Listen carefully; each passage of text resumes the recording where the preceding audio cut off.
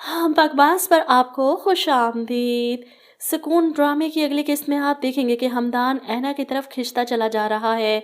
इससे दूर होने का सोच भी नहीं सकता। दूसरी तरफ ऐना भी हमदान से साफ लफ्ज़ों में कह देती है कि मेरा आपके अलावा इस दुनिया में कोई और रिश्ता नहीं। मैं आपको किसी कीमत पर खोना नहीं चाहती। ऐसे में हमदान फैसला करता है कि ऐना को छोड़कर वो कभी खुश नहीं रह पाएगा।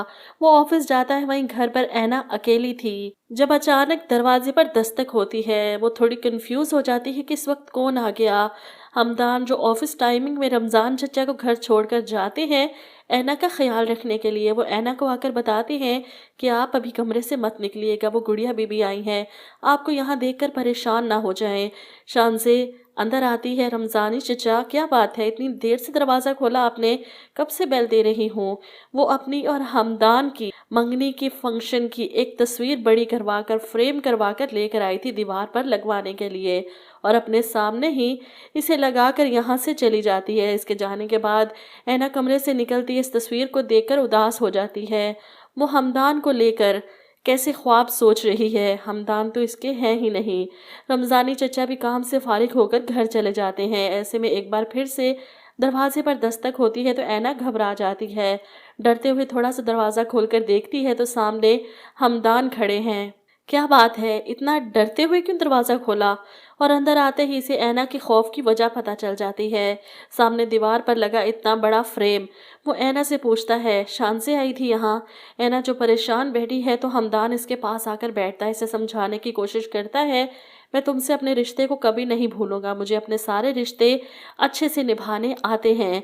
जिस पर ऐना आंखों में आंसू लिए कहती है, मेरे साथ इतनी अच्छाई मत करें, जब मैं यहाँ से जाऊंगी तो मुझसे रहा नहीं जाएगा। इसके जाने के ख्याल से हमदान का तो दिल बंद होने लग जाता है, मैं तुम्हें यहाँ से नहीं जाने दूंगा, है ना।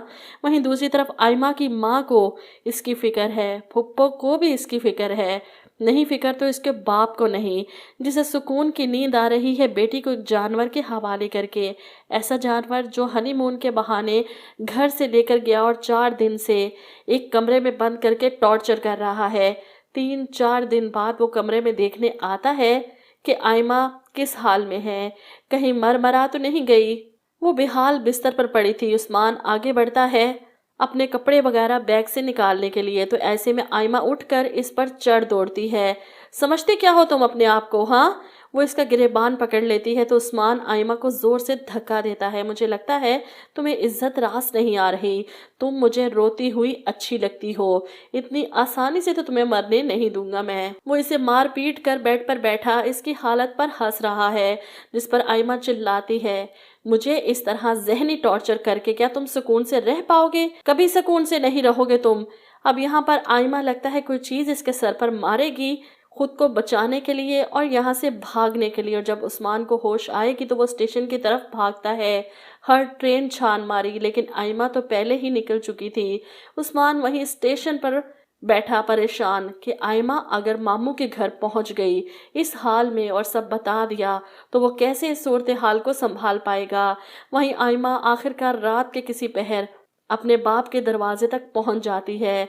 दस्तक की आवाज़ से बेचारे महमूद साहब की नींद खराब होती है। वो उठकर दरवाजे तक आते हैं कि इतनी रात को कौन आ गया, और दरवाज़ा खोलते ही अपनी बेटी को इस हाल में अपने सामने देखकर परेशान हो जाते हैं। आयमा अंदर आती है और आते ही बेहोश हो जाती है।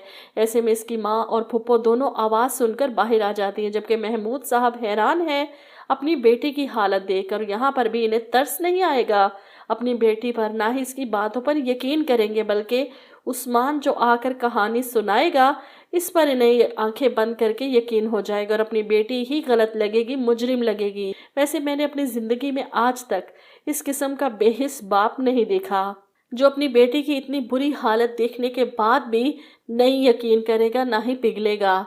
बाप नहीं जल्लाद है ये इंसान। और नाम देखें कितना अच्छा इसका रखा है, महमूद। इनका नाम भी कोई खड़ूस रखते जितने खड़ूस ये खुद हैं। इतने खूबसूरत और एहतराम वाले नाम पर कुछ कह भी नहीं सकती मैं इन्हें।